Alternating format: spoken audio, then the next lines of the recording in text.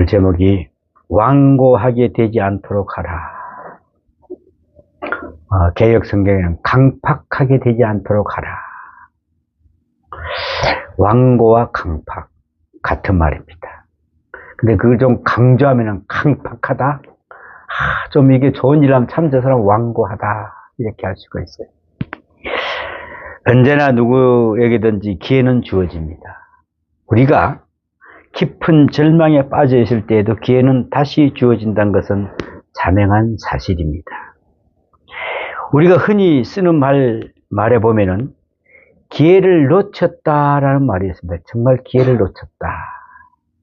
그러나 기회를 놓쳤다는 말 대신에 기회를 버렸다라는 말로 바꿔야 하지 않을까 생각이 됩니다. 우리는 계속 주어지는 기회를 알게 모르게 흘려버립니다. 그리고 그 기회를 다 버린 후에는 기회를 놓쳤다고 말을 합니다. 잡지 못하여 놓친 것이 아니라 스스로 기회를 버린 것입니다. 일단 놓친 기회, 버린 기회는 다시 잡을 수가 없기 때문에 사람들은 괴로워하며 후회의 감정에 휩싸이게 되는데 바로 이것이 인간의 현실 상황이 아닌가 생각을 합니다. 버렸다, 놓쳤다. 버렸어요, 여러분들이? 우리는 기회를 놓친 것입니다. 놓친 것. 그러니까 우리가 기회를 버렸다. 이 세상 모든 것에는 저마다 때가 있는 것인데 성장에도 때가 있습니다. 때. 이솝 우화에 보면은 늑대와 양치기 소년이 나오는데 늑대같이 소년같이 진실할 때는 진실하지 못하면은 진실할 때 진실하지 못할 때는 어떻게 될까요? 이 필요할 때는 그 진실은 아무에게도 받아들이지 않는다 그랬습니다. 그래서 우리가 그 하얀 거짓말, 백색 거짓말이라고 하죠. 내가 우리 신집사님을 좋아해가지고 좀 기분 좋게 해주려 거짓말을 좀 했어. 근데 나중에 알고 보니까 그게 거짓말이었었어. 처음에는 기분 좋으라고 했는데. 그러면 기분 좋으라고 했던 간에 나중에 보면은, 야, 그건 아니지. 이렇게 할 수가 있다, 이거지. 그래서 우리는 아이들한테도 그냥 기분 좋게 해줘야 하는데, 아빠, 그거 거짓말이지 않나? 이렇게 할 수가 있어요. 그래서 우리가 하얀 거짓말도 하면 안 됩니다. 그 사람을 기분 좋게 한다고 거짓말 할 필요도 하나도 없어요. 응? 성실과 의리도 마찬가지입니다. 그죠? 어려움도 마찬가지입니다.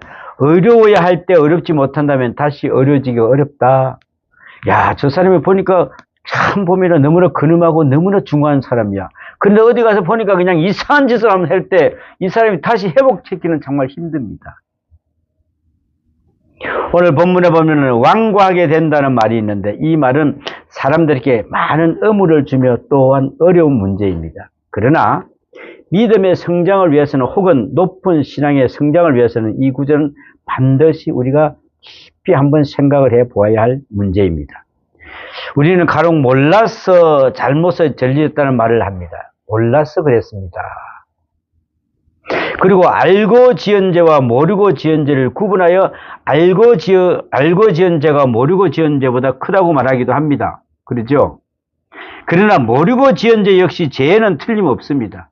또한 신학적으로 중대한 문제를 또 가지고 있습니다. 그것은 그가 알 수 있을 때는 알기를 계속 거절했기 때문에 결국 죄의식이 둔화되어 모르게 되었음을 의미하기 때문에 그렇습니다. 그러므로 모르고 죄를 범했다는 것은 죄에 대한 변명이 될 수 없으며 더욱이 책임 회피는 할 수 없습니다. 전에 이런 법은 대법원 판결이 있었습니다. 이분 아버지가 돌아가셨어요. 근데 이분들이 말 그대로 무식해서 상속 포기를 하지 않았습니다. 그런데 그분 아버지가 빚이 있었습니다. 그런데 나중에 상속 포기를 안 하다 보니까 어떻게 그 빚이 전부 다 자녀들에게 상속이 됐습니다. 그래서 법원에서 우리는 몰라서 그랬습니다. 대법원에서 그건 인정을 하지 않았습니다. 이 모든 상식적으로 법을 몰랐다? 이건 인정하지 않았습니다. 우리는 못 배웠기 때문에 그런가? 우리는 자꾸 뭔가를 배워야 됩니다. 왜? 법이 나가면 공고를 합니다. 그래서 몇 달 전에 이 법이 공포가 되었습니다라고 이야기하는데 우리는 그걸 까마득히 나하고는 관련이 없을 거라고 생각하기 때문에 그렇습니다. 이것은 마치 공부해야 할 때에 하지 않고 성장한 사람의 지식과 교양이 어린 나이 정도의 수준이라 해도 배운 바가 없어서 혹은 몰랐으라고 변명할 수 없는 것과 같은 것이라 볼 수가 있습니다. 왜냐하면 어린 나이의 수준의 지식과 교양만을 지녔다 하여도 어른의 판단 기준의 평가가 되기 때문에 그렇습니다. 결국 몰랐다는 것은 스스로 책임을 져야 할 문제가 되는 것이라 그랬습니다. 어디 가서 우리는 몰랐다 이야기하지 마십시오. 예, 차라리 그때 죄송합니다. 제가 잘못했습니다. 이게 제일 좋습니다. 미안합니다. 잘못했다. 이 한마디면 끝나는데 그걸 자존심 때문에 그냥 뻑뻑 우기다가 그냥 이상한 소리가 당하는 거죠. 우리의 건강도 마찬가지입니다. 어느 순간에 갑자기 건강을 해치는 것은 아니라 그럽니다. 오랜 기간에 서서히 나빠지는 것입니다. 요즘 보면은 많은 사람이 고생하는 당뇨병, 고혈압, 고지혈증, 또 간, 의사들의 말에 의하면 이것들은 말이죠. 하루아침에 생기는 병이 아니랍니다. 어떻게 분명히 신호를 보낸대요, 몸에다가. 손발이 젖인다든가, 뭐 먹으면 이상하게 자꾸 소화가 되지 않는다든가, 뭐 이렇게 자꾸 어느 한계점에 도달해야 질 때, 그때 가서 결국은, 아이쿠, 내가 그래 하지 말을 거 했구나라고 생각한다는 것이죠. 이때에 약도 써도 어쩔 수 없는 것입니다. 이럴 경우에는 그가 쓰러진 책임은 누구에게 있다고 생각합니까? 내게 있는 거 맞죠?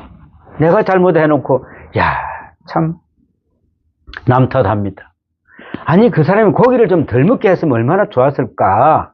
아니 그 사람 내가 친구들 같이 가는데 술 좀 안 먹게 하지 왜 자꾸 술 먹이가 그래? 이렇게 원망을 한다니까요. 응? 우리가 스스로 책임을 져야 됩니다. 책임을. 모든 일에는 적절한 때가 있습니다. 우리의 마음, 양심에 가끔 희미한 소리가 들려옵니다. 우리가 거기에 귀를 기울이고 신경을 쓰면은 그 목소리는 점점 크게 들리지만 만일 전혀 신경을 쓰지 않고 무시해버린다면은 그 소리는 점점 작아지다가 마침내는 전혀 들려오지 않게 됩니다. 하나님이 우리 사람을 얼마나 지혜롭게 만들어 놓은 줄 아세요? 큰 소리도 들리지 않게 해놨고 작은 소리도 들리지 않게 해놨습니다. 아주 적당한 크기만 들게 했습니다. 만약에 우리가 큰 소리가 들리는 지구가 돌아가는 소리가 서그렁 돌아가는 소리가 들린다면 잠을 잘 수 있겠어요? 그런데 개미가 기어가는 소리가 계속 들린다면 잠을 잘 수가 있겠냐고요. 얼마나 중간 입장을 다 해놨던 걸 볼 수가 있습니다. 그래서 우리는 우리의 마음, 양심에 가끔 희미한 소리가 들어온다 그랬지 않습니까? 양심의 소리가 들리지 않는 생활, 양심의 가책을 느끼지 않는 삶이란 매우 조용한 삶같이 보입니다. 그러나 이러한 삶은 죽은 시체의 평온입니다. 교회도 한두 주일 빠질 때는 괴로운 것이지만은 여러 주일 빠지다 보면은 무감각해집니다. 또 우리의 의식이 마비되어 버립니다. 무슨 일이든지 어느 한계점을 벗어나게 되면은 그때부터 무의식 상태, 마치 시체의 고요함 같은 상태가 오고 마는 것입니다. 아무로 거들떠보지 않는다는 것입니다, 여러분. 성경에는 성령의 감화에 대해서도 같은 말씀을 하고 있음을 알 수가 있습니다. 성령의 감화를 계속 거역하거나 방황하고 소멸하는 자에게는 마침내 성령도 단식을 한다 그랬습니다. 단식을 한다. 성경에는 좀 더 극단적으로 말합니다. 내버렸다 표현을 씁니다. 내버렸다. 로마서 1장 24절에 그러므로 하나님께서 그들의 마음에 정욕대로 더러움에 내버려 두사 그들의 몸을 서로 욕되게 하게 하셨으니 그랬습니다. 하나님을 계속 외면하고 그 말씀에 거역하는 자들은 마침내는 포기했다. 내버렸다. 내가 영어를 좀 못하는데 영어를 한번 쓸게요. give up이라 그래서 버렸다. 버림을 당하면 어떻게 됩니까? 회복 안 됩니다. 우리가 지금 현재 예수님 오실 때 어떤 모습으로 오신다고요?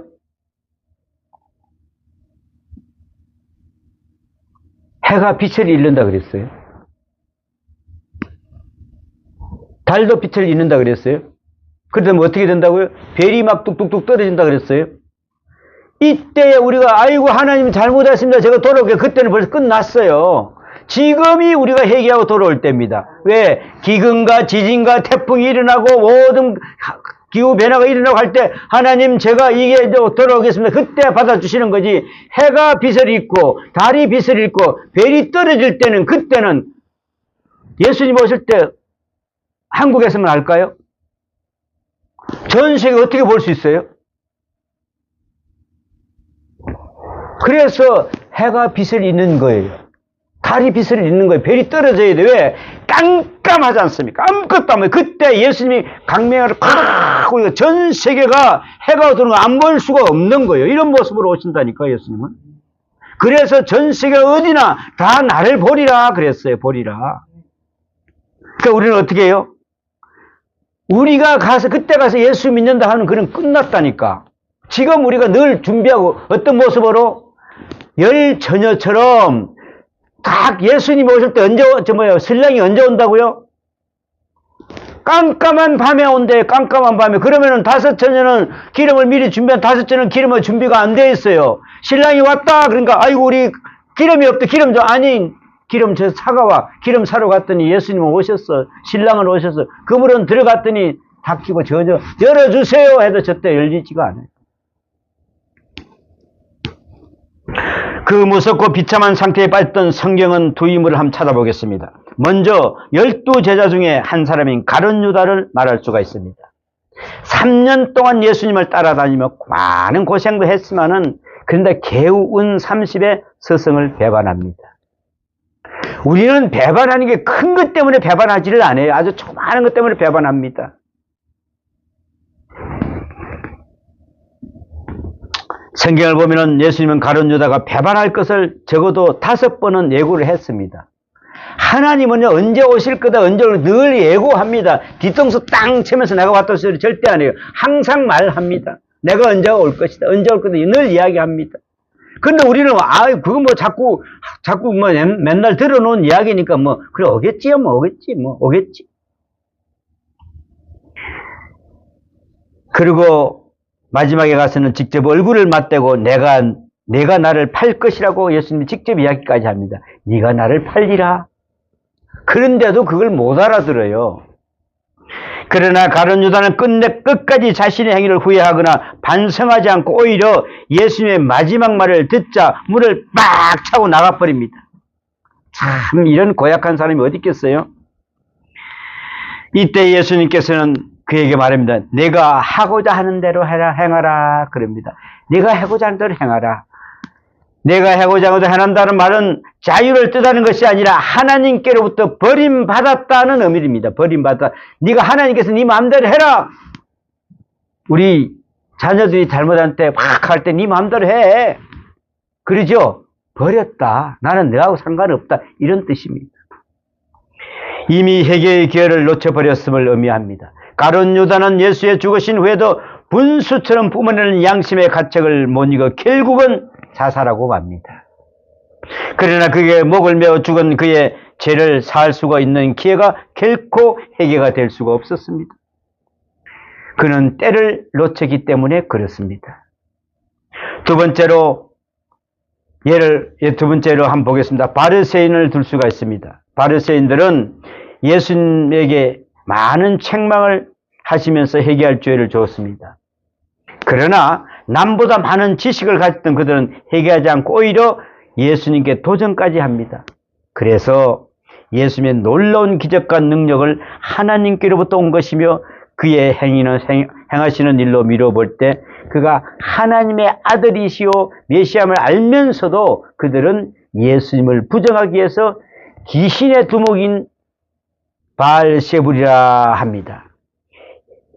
참 이적을 행한다고 주장하면서 그 말이 한다리 말이나 되겠습니까? 당신은 귀신의 대장이구나 이렇게 덮어씌웁니다.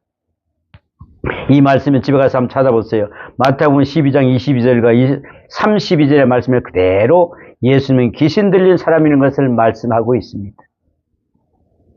이 얼마나 망측한 소리고 망령된 소리입니까, 여러분? 결국 바리새인들은 그들이 그릇된 계뇌로 인하여 내버림을 받은 자가 되고 말았습니다. 그들은 이미 심판을 받은 사람이 되었습니다. 그들에게는 심판 이전에 회개할 수 있는 많은 기회를 주었음에도 불구하고 그 기회를 놓쳐버렸습니다. 그 때문에 하나님으로부터 마침내 버림을 받은 자가 되었음을 우리는 맹심해야 합니다. 오늘 본문 중에 완고하게 되면 그랬습니다. 이러한 심판의 결과라고 볼 수가 있습니다. 이제 우리는 성령의 역사를 부인하거나 거부할 때 심판을 받으며 그 심판의 결과로 완고하게 됨을 알아야 됩니다. 그러면은 어떤 방법이 이 완고하게 됨을 면할 수 있을까? 히브리서 3장을 살펴보면은 오늘이라 일컫는 동안 히브리서 3장 13절에 말이 나옵니다. 우리는 과거, 현재, 미래로 구분합니다. 어떤 사람은 과거는 현재가 지나온 발자취요 그렇게 이야기하고 또 미래는 현재가 앞으로 지나갈 시간이다라고 설명도 합니다. 시간의 개념 중에 가장 중요한 것은 바로 현재, 오늘이라는 공간이라는 것이죠. 성경에서도 오늘의 염려는 오늘로 족하다 그랬습니다. 내일 염려는 내일 하라고 말씀하고 있습니다. 여러분, 오늘 지금이라는 말은 상당히 중요합니다. 바로 이 순간에 여러분이 하나님의 말씀을 듣고 있다는 것은, 혹은 지금 이곳에서 성령의 감화를 받았다는 것은 이러한 것들을 벌써 여러분이 회개할 가능성이 충분히 있다는 것을 의미합니다. 갈등이나 고민으로 밤을 새워가면서 괴로워하십니까? 아니면은 두려워하거나 의심하고 계십니까? 그렇다면은 아직도 여러분에게 회개할 가능성이 있음을 버림받는 존재가 아님을 의미한다는 것입니다. 이러한 모든 것들을 잊어버리고 이미 버려진 사람이 되면은 그에게는 아무런 양심의 가책도 없으며 오히려 죽은 시체의 평온함만 있을 뿐이다 그랬습니다. 오로지 이런 사람에게는 남는 것은 무식과 오직 고집뿐이 없습니다. 하나님이 말씀하실 때 순종하세요. 다른 거 다 잊어버리십시오. 우리 일상생활 속에서 가끔 저 사람이 무슨 마음으로 그런 말을 할까, 말까지 할 수 있을까라는 그런 말을 생각할 때가 있습니다. 도저히 할 수 없는 말까지도 합니다. 그죠? 말 그대로 근본적으로 우리의 차원과 소색이 다르기 때문에 그렇습니다. 어저께 제가 전철을 타고 오면서 좀 나이 드신 분이 가방을 하면서 좀 밀고 나갔어요.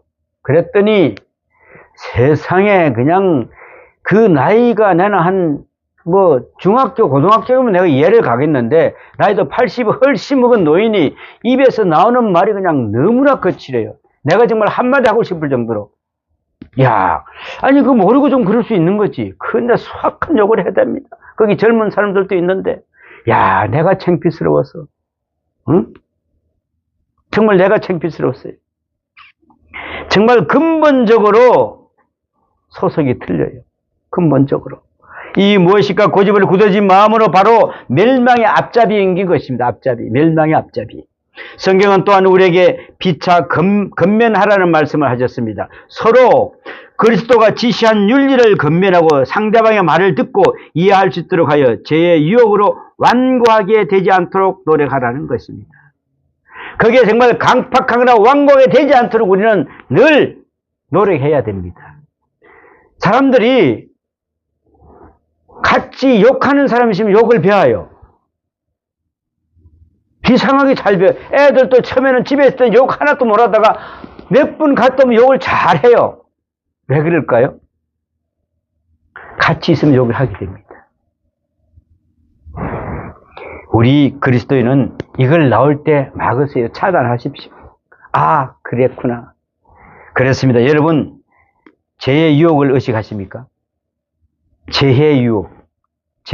제가 여러분들 유혹하는 걸 의식할 때가 있어요, 없어요? 저는 있어요. 야, 가끔 저기에 빠질 때도 있겠구나 할 때가 있습니다. 상대방이 제 유혹에 빠져들어가는 것을 우리는 알 수가 있습니까? 우리는 서로 상대방에게 관심을 갖고 이해하며 상대방의 제 유혹에 빠지지 않도록 서로 건면해야 됩니다. 만일 제 유혹을 의식하지 못하거나 죄인이 죄인으로 보이지 않고 영웅으로 보이면은 불의가 불의로 보이지 않냐고 화려하게 보일 때 여러분은 그 순간 심판을 받는다고 생각하십시오. 이 사람 저 사람 진짜 죄인인데 야 나한테는 그냥 강명의 천사처럼 보일 때가 있어. 비록 희미하지만 죄를 판단할 수 있는 판단력이 있다면은 그 사람은 구원받을 가능성이 있는 것입니다. 깨닫는 그 순간에 바로 돌이킬 수 있는 시간, 회개해야 할 시간을 우리는 맹심해야 합니다. 그 생각이 딱 들 때, 아, 하나님, 제가 바로 죄인이었습니다라고 고백해야 됩니다. 오늘 본문은 출애굽 당시를 회고하면서 하신 내용입니다. 이스라엘 백성은 모세가 행하는 많은 기적 속에서 생활을 합니다. 모든 이스라엘 백성들이 종을 생활하면서 해방시키기 위해서 바로 왕에게 행한 11가지의 이적과 재앙과 홍해를 가리고 반석에서 샘물을 쏟으면서 만나와 메추라기를 줍는 등 이루 헤아릴 수 없는 많은 사건들이 그들의 주위에서 일어나고 있었습니다. 그런데도 그들은 항상 하나님을 원망하고 있었습니다. 하나님의 구체적인 말씀들을 듣고 부딪히고 경험하면서도 하나님께 순종하지 않았다가 결국은 심판을 받게 된 것입니다. 그 세대는 가나안 땅에 들어가지 못했으며 안식에 들어가지 못했다는 절망적인 심판을 받았습니다. 오늘 16절에 보면은 듣고 격노하시게 하던 자가 누구냐? 모세를 따라 애굽에서 나온 모든 이가 아니냐라는 말씀이 있습니다. 하나님을 격노케 만든 자는 다른 이방인이 아니라 모세와 인도로 애굽 땅에서 탈출한 이스라엘 사람들이었습니다. 여러분, 그들이 비행기로 오지 않았습니다. 그 인도로 걸어서 오면서 그걸 깨달지 못했다는 것입니다. 우리가 같이 어깨동무를 하고 가면서도 그 사람을 알지를 못합니다. 주님의 인도하심은 애굽 땅에서 탈출했음에도 불구하고 인간의 방종으로 해서 약속의 땅 가나안에 들어가지 못하는 심판을 받았다는 것은 얼마나 비참한 이야기입니까? 여러분, 이런 비참함을 한번 당해보면 어떻게 되겠습니까? 그런데 우리는 이걸 당한다는 생각도 없이 당할 수가 있다는 것이죠. 사단은 여러분들이 유혹하기 위해서 늘 그냥 꿀처럼 빨고 있습니다. 어떻게 내가 빨아먹을까 하고 생각하고 있다는 것이죠. 말 그대로 어디다 빨대를 꽂을까, 어디다 빨대를 달콤한데 꽂을까, 씁쓸한데 꽂을까 늘 함께 하고 있다는 것이죠. 여러분, 이 빨대 꽂히면 우리는 갑니다. 뭐가 남아있을까요? 껍데기만 남아있어요. 빈병만 남아있으면 콜라 안에 쏘면 딱 먹고 달달하니까 껍데기만 남아있는 여러분이 된다는 것이죠. 조심해야 됩니다.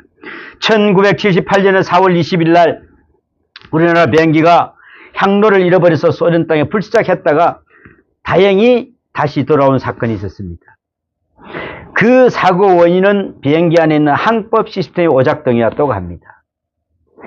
이렇게 방향을 제시해주는 항법 시스템이 일단 고장이 나면은 아무리 비행기가 좋고 조종 실력이 뛰어난 기술자라도 소용이 없습니다, 여러분.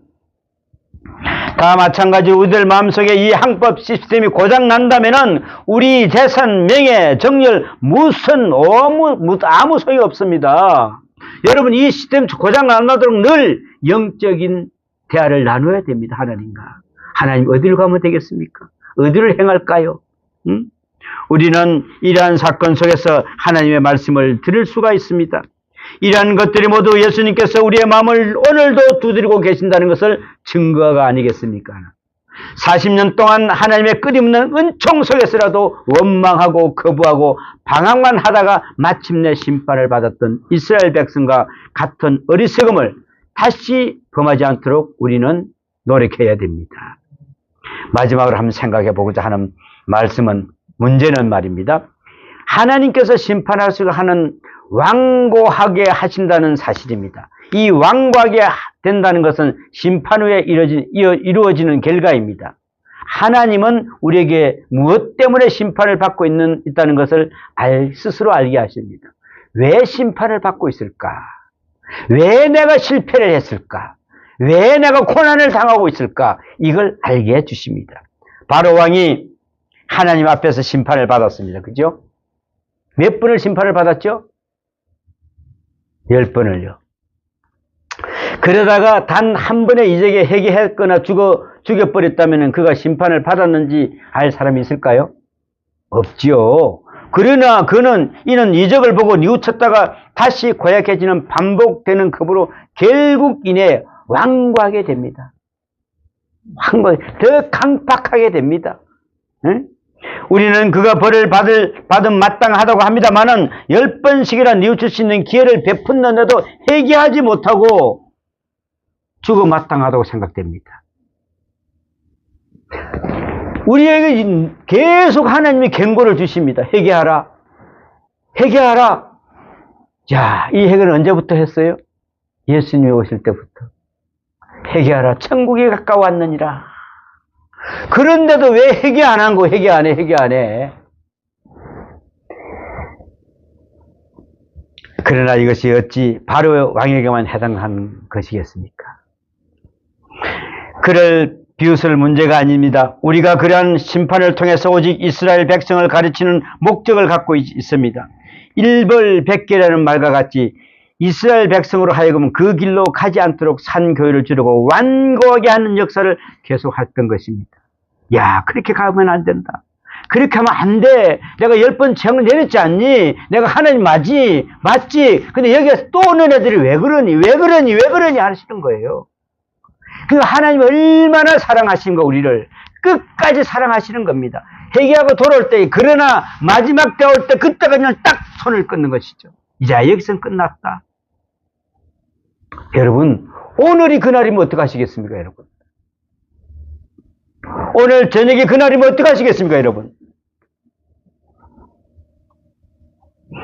하나님의 역사는 치밀합니다. 뿐만 아니라 하나님은 다른 사람의 심판을 대행자로 쓰시기도 합니다. 심판의 대행자로 느부갓네살이라는 악한 왕이 나옵니다. 하나님의 이미 그를 심판하셨습니다. 그리고 심판하신 뒤에도 이스라엘 백성의 죄를 심판하기 위해서 그를 이용합니다. 실로 하나님의 오묘한 역사요 섭리입니다. 그러기 때문에 우리는 더욱 완고하게 됨을 면해야 하겠다는 것입니다. 오늘이라 일으키는 날에 서로 건면하면서 스스로 진단해서 완고하게 됨을 우리는 면해야 됩니다. 내가 지금 어느 시점에 와 있는 걸 항상 알아야 하며 깨달아야 하겠습니다.